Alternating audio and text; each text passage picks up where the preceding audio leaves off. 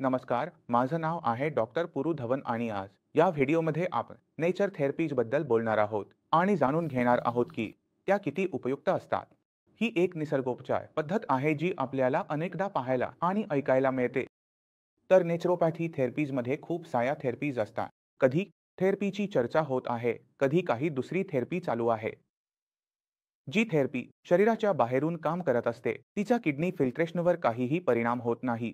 तोपर्यंत नाही जोपर्यंत काही थंड वस्तू शरीराच्या संपर्कात येत नाही. संपर्कात असा विचार करा की तुम्ही थंड पाण्यात आंघोळ केली किंवा तुम्ही मड बाथ घेतली आणि त्यानंतर शरीर खूप थंड झाले किंवा तुम्हाला ताप आला, तर त्या कारणामुळे तुमचे के लेव्हल नक्कीच वाढेल. महत्वाची गोष्ट म्हणजे येथे किडनी खराब होत नाही ताप येण्यामुळे. के लेव्हल वाढतात हे पहिलं कारण आहे. दुसरी गोष्ट म्हणजे जेव्हा आपण अशा प्रकारच्या उपचारांसाठी जातो तेव्हा आपण पाहतो की खाणेपिणे खूप बदलते. जेवण पूर्णपणे बंद आहे. गहू किंवा तांदूळ खाऊ नका. जेव्हा आपण गहू आणि तांदूळ खाणे बंद करतो तेव्हा आपण एक सामान्य समस्या पाहतो की रुग्णाचे वजन कमी होऊ लागते. जर तुम्ही कोणतेही उपचार घेत असाल किंवा कोणताही उपचार देत असाल, जर तुमचे वजन सतत कमी होत असेल तर ते सर्वात मोठे इशारा असतो, जो हे सांगत असतो की आता तुमचे शरीर कमजोर होत आहे. किडनी फिल्टर करून शरीराला निरोगी ठेवणे खूप आवश्यक असते. कारण जर किडनी खराब होत असेल तर पुढील पायरी म्हणजे ती पूर्णपणे खराब झाल्यावर डायलिसिसच असते. आज माझी किडनी खराब होत आहे, माझी डायलिसिसची शक्यता आहे. जर मी किडनीला ठीक करायचे ठरवले तरी याचा अर्थ असा नाही की मी माझे शरीर कमजोर करावे, कारण माझे शरीर खूपच कमजोर होईल, वीक होईल. माझ्या शरीराचे वजन 40 किलो, 45 किलो, 50 किलो होईल. शरीर इतके वीक झाल्यावर डायलिसिससाठी योग्य राहत नाही. तुम्ही नेहमी लक्षात ठेवा की जर तुमचे शरीर निरोगी असेल तर त्यात खराब किडनी देखील चांगले काम करू शकेल. पण जर तुमचे शरीर वीक असेल तर त्यात चांगली किडनी देखील कमी काम करेल, कारण जे अन्न तुम्ही खात आहात तेच अन्न तुमच्या किडनीला मिळते. मूत्रपिंडात वेगळे अन्न नसते. तर जर तुम्ही अन्नामध्ये चांगले चांगले फळे खात असाल, चांगल्या चांगल्या भाज्या खात असाल आणि चांगल्या चांगल्या फळे आणि भाज्या खाऊन असे विचार करत असाल की यामुळे माझे शरीर चालेल, असे होत नाही.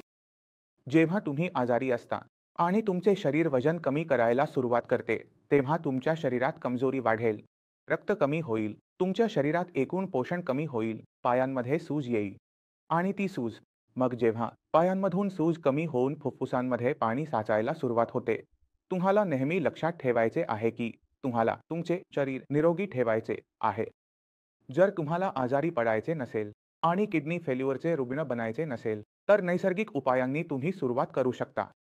पण जर तुमची किडनी खराब होण्यास सुरुवात झाली असेल आणि तुम्ही विचार करत आहात की खाणेपिणे थांबवून, फक्त फळांवर जाऊन किंवा धान्य पूर्णपणे बंद करून माझे शरीर टिकून राहील किंवा माझे डायलिसिस होणार नाही, तर तुम्ही चुकीच्या समजुतीत आहात. तुम्हाला हे समजून घेण्याची गरज आहे की जर कोणत्याही रुग्णाला आम्हाला डायलिसिसपासून वाचवायचे असेल तर आमच्याकडे एकच मार्ग आहे, तो म्हणजे किडनीचे कार्य वाढवणे. कारण किडनी एक कमजोर अवयव आहे. एक किडनी शरीरात फिल्टर करते. तिला आम्हाला अन्न द्यावे लागेल. जेव्हा आपण तिला अन्न देऊ तेव्हा ती चांगले काम करेल. जेव्हा आपण अन्नच देणार नाही तेव्हा ती कमी काम करेल. तर आपण नेहमी काय पाहतो? जर रुग्ण खाणेपिणे खूप कमी करतो, फक्त भाज्यांवर राहतो, धान्य पूर्णपणे बंद करतो, वजन कमी करत आहे, तर सुरुवातीच्या काही दिवसांत आपण पाहतो की क्रिएटिनिन थोडेसे कमी होते. रुग्णाचे शरीर तरीही कमजोर होत आहे. आता क्रिएटिनिन खूप वेगाने वाढायला लागतो. रुग्णाचे शरीर खूपच कमजोर झालेले असते. हे यासाठी आहे कारण रुग्णाने व्यवस्थित अन्न खाल्ले नाही. रुग्णाच्या शरीरात कमजोरी आहे. जेव्हा रुग्णाच्या शरीरात कमजोरी आहे तेव्हा किडनीतही आपोआप कमजोरी वाढते. याच कारणामुळे किडनीचे काम करण्याची क्षमता आणखी कमी झाली आणि आमचे स्तर कमी झाले.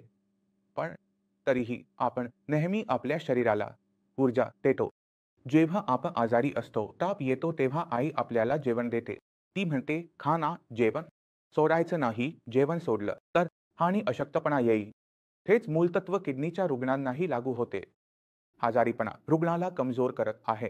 जेवण खा. जर तुम्ही अशक्त करणारे खाल्ले, तर तुम्ही अडचणीत सापडाल. तुम्हाला फक्त लक्ष ठेवायचं असतं. ते म्हणजे तुमच्या प्रोटीनच्या प्रमाणात. तुम्ही रोज किती प्रोटीन घेत आहात. समजा तुम्ही किडनीच्या रुग्ण आहात आणि प्रोटीनचं प्रमाण जास्त घेत आहात. तर तुमचं केटनल वाढेल. वाढेल. इथे किडनी खराब झाल्यामुळे लेव्हल वाढत नाही. केटेरिन लेव्हल त्यामुळे वाढत आहे कारण तुम्ही जे प्रोटीनचं अन्न घेतलं होतं, ते केटेनिनमध्ये जास्त रूपांतरित होत आहे. आपल्याला हे लक्षात ठेवावं लागतं की प्रोटीनच्या जागी आपल्या आहारात कार्बोहायड्रेट्स घालावे लागतात. आणि कार्बोहायड्रेट्स हा सर्वात चांगला स्रोत असतो. ते म्हणजे तुमचे धान्य, गहू आणि तांदूळ. तर जर तुम्ही तुमचे गहू तांदूळ कायम ठेवले तर तुमचा लेव्हल खूप चांगल्या प्रकारे कमी होतो. वजन कमी न होता कमजोरी न येता. मी तुम्हाला काही पेशंट्सशी भेटवू इच्छितो ज्यांना भेटून तुम्हाला पूर्ण कल्पना येईल की तुमचं अन्न कसं तुमच्या औषधांप्रमाणे काम करतं. तुम्हाला योग्य गोष्टींवर कार्य करावं लागतं आणि तुम्हाला परिणाम मिळतात. खूपच आकर्षक. तुम्ही स्वतः पाहिले आहे की कसे कॅटे लेवल कमी होते आणि कमजोरी अजिबात येत नाही. पेशंटची खाण्याची क्षमता आधीपेक्षा जास्त होते. तुम्ही नेहमी लक्षात ठेवा की जर तुमच्या शरीरात ऊर्जा आहे तर तुमच्या किडनीला ऊर्जा मिळेल.